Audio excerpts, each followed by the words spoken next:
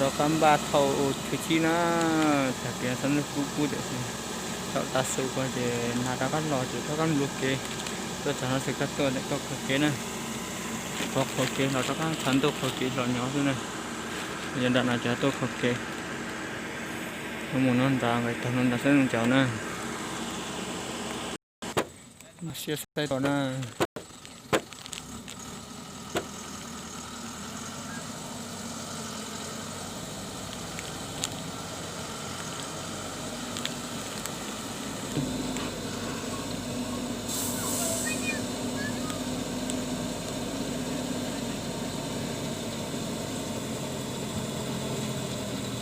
cho kia với tất nhiên là mà đón nào mà dễ cỡ nó như tôi bị chậu nó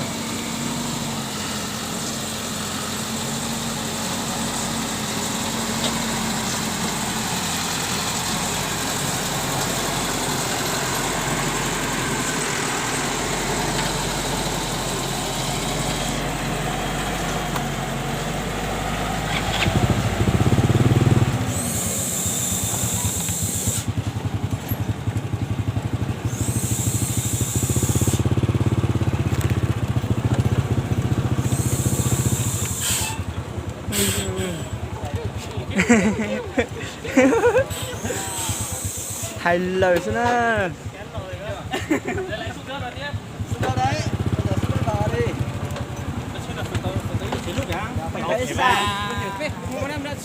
trên sát đi sư về sát tìm địa về sát tìm trái thế này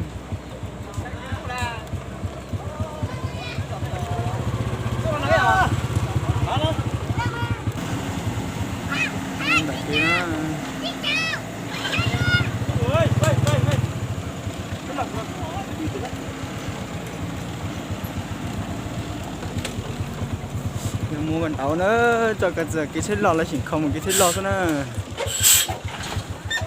sẽ là giờ dùng đi chảo nè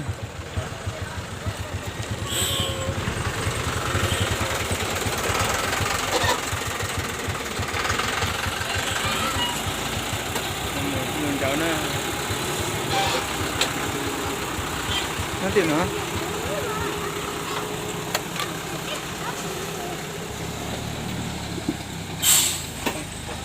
nó mà nó là để thì tao cho mà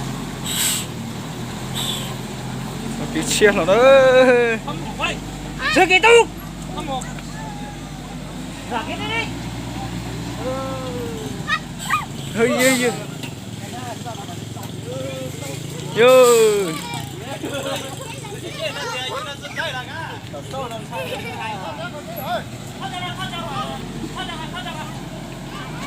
tôi không chán này chết và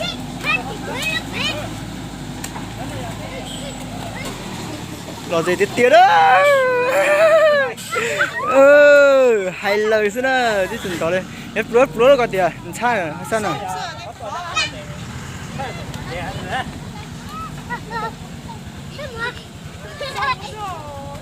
tên là sao yếu rồi xin à tao thấy à nó sức thì tao thấy à lo tao thấy ta đã thở chạy hai lúc là nó qua khỏi đâu qua chả đâu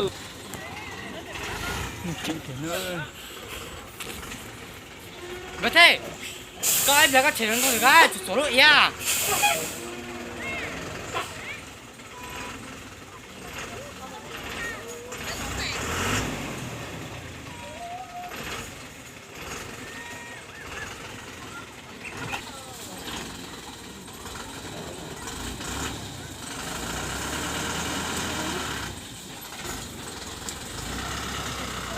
đi nhiều đó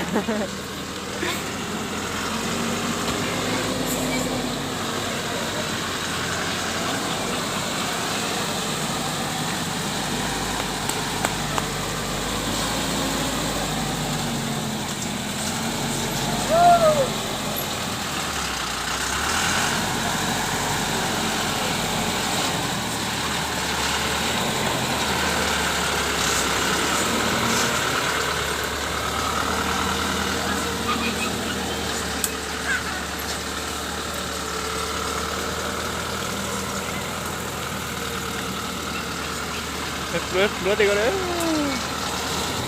Ôi dồi, với bể nước. Không đi được không?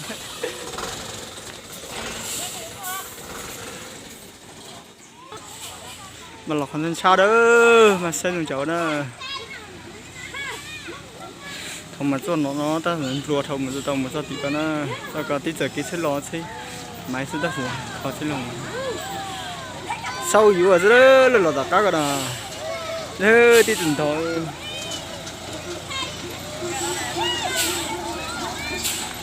Sau yếu ở dưới đó luôn rồi.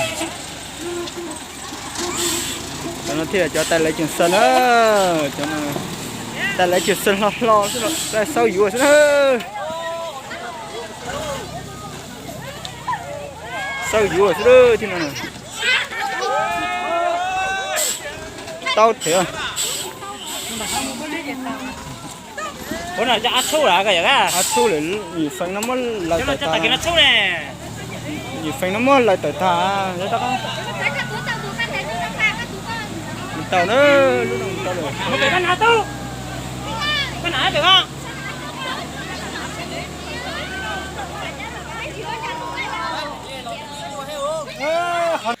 Nó có tỏ lúc bị nó nữa. Tôi lấy nó muốn ai? Nó tổ nữa. Nhưng một thật số luôn. Sát gì thế? Tôi đó.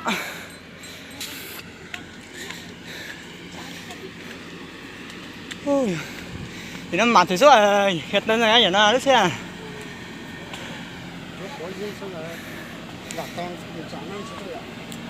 Đây, hết nó số cho mày à.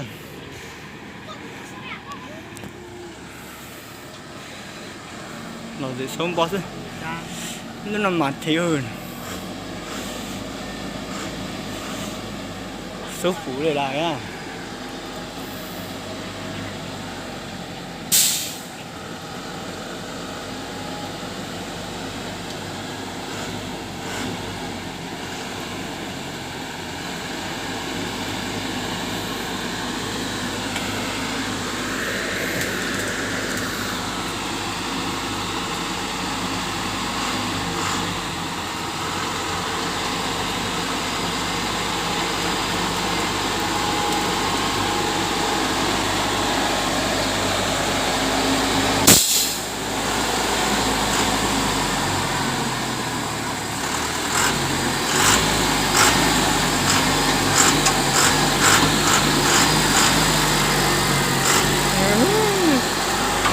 Mà bắn to đấy. Nó im cái chuyện đó là một tôm ngon thiệt á. Thế giờ nó mặn này nè, rất là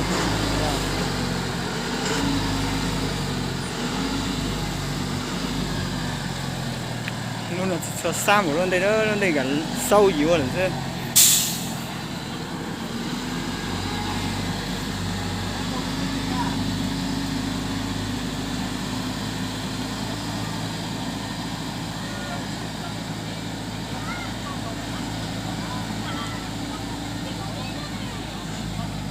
Luôn là cho xa nữa. Tao đợi xanh đá nhưng mà mà thật lời cho nó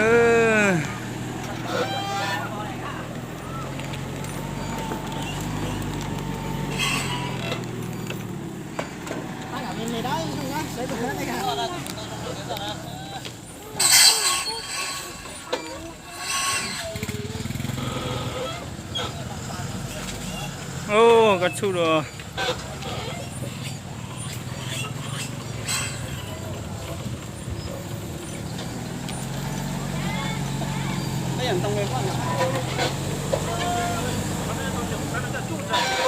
Về ăn giờ chắc là cho chú để chú.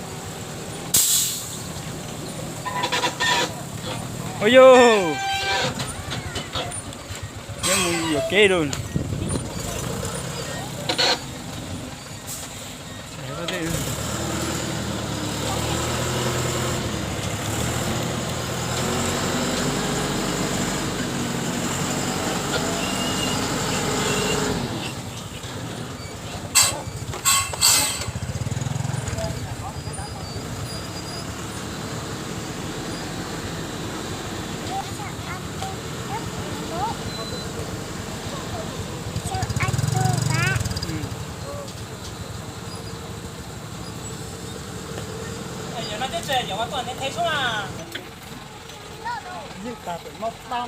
Mày đúng rồi từ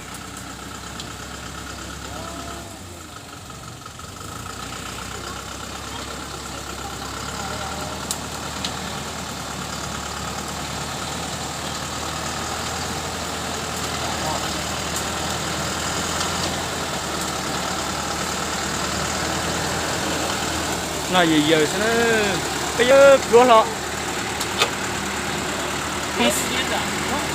không sao cứ đi đây đi như không đi cứ như không xảy ra gì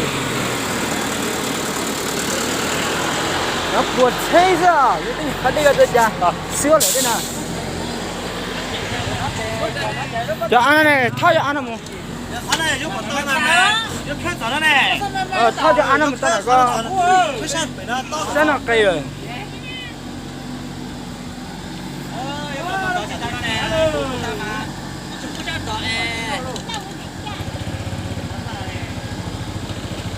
bây giờ tụi bạn ta muốn tiền đi cho tao chén này, tụi nó ăn chén này. Ừ. Dùng tha cho dùng cho này. Con để có đó mà, để có mất chút đâu, còn nó xiết đâu, sắp xuống xuống đi. Chút to. Không được một cái tôi luôn.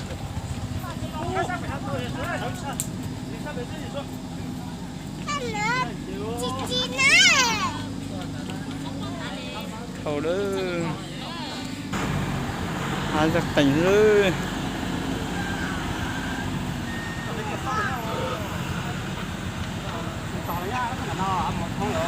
ăn một thôi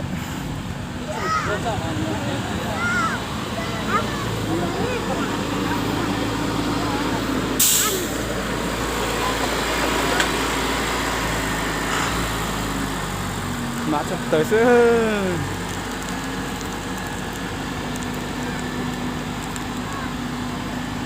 một tàu đó đừng có tiền thì sẽ thì nó lúc thì nó trời thì nó một chút tàu sẽ trả một kia còn trời thì nó nó chả có ôi dư một chút tàu này nó là gì đi tao là tao đã thóc ca nữa một chút tàu nó cho nó thóc ca một tàu đấy luôn chỉ là tôi xử thế này nữa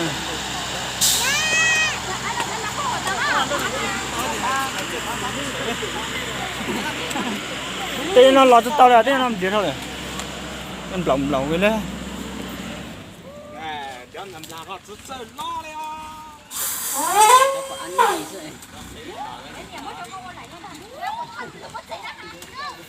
sẽ lúc cái tôi xin chào nó đi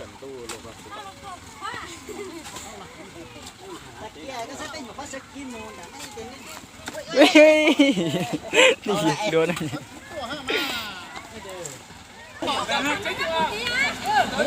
lúc cái tôi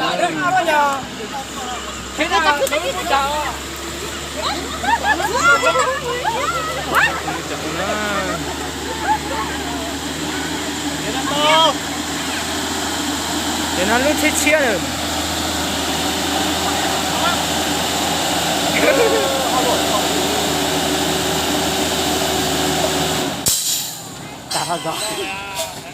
tả là giò đây lấy đào luôn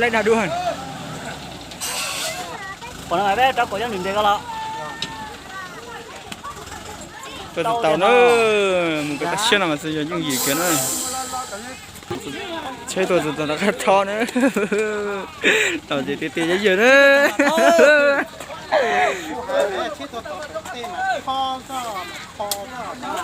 cái này phát tí ít cửa con nào cho cầu điện thôi đó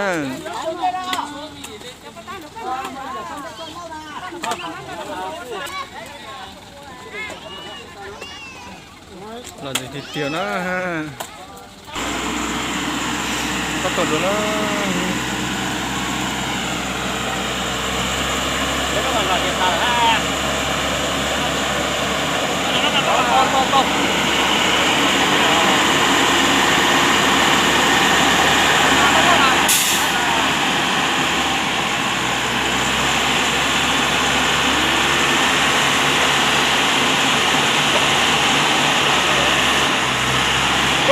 rồi, cố lên, rất được rồi. Cố lên, rất được rồi.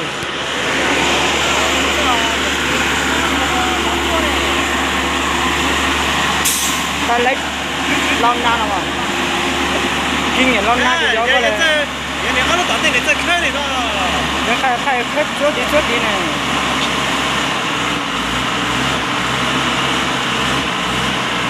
lui tới đi. Thì đang cắt đồ đó nó sủa. Đồ chế đồ mua đàn đã to hả?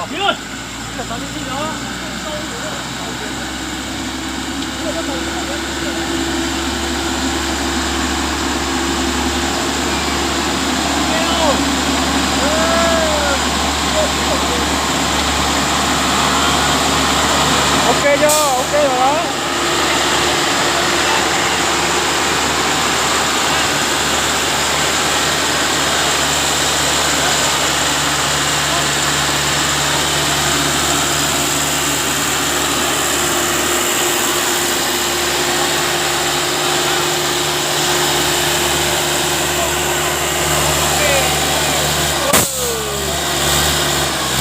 Không được rồi, phải múc đất vào.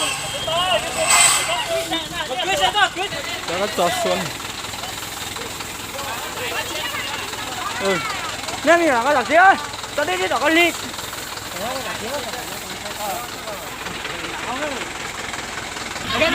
Cắt đồ đó.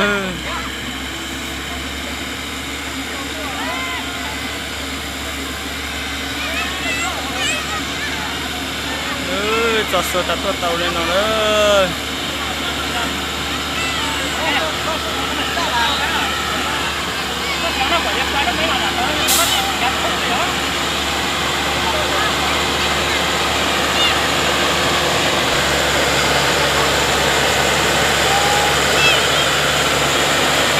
Bên này sát bên kia kìa. Bên này sát bên kia thì nó chụp vào đây. Nó chân nó vào đây ấy. Bên này sát bên kia.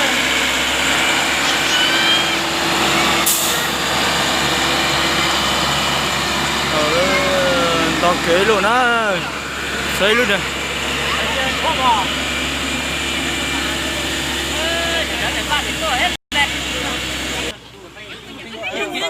nhân dân nó sinh sao rồi thế mà.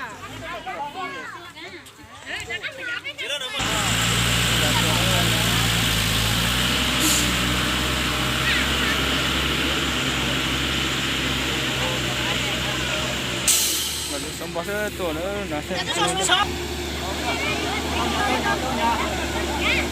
ตัวเต่ามันจริงจัง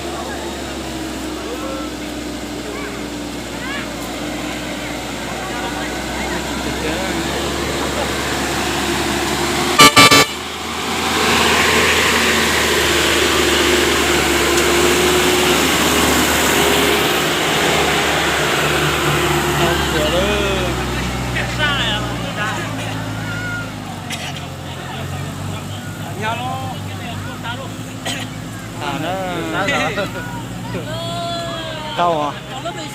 Sao để tiền đấy?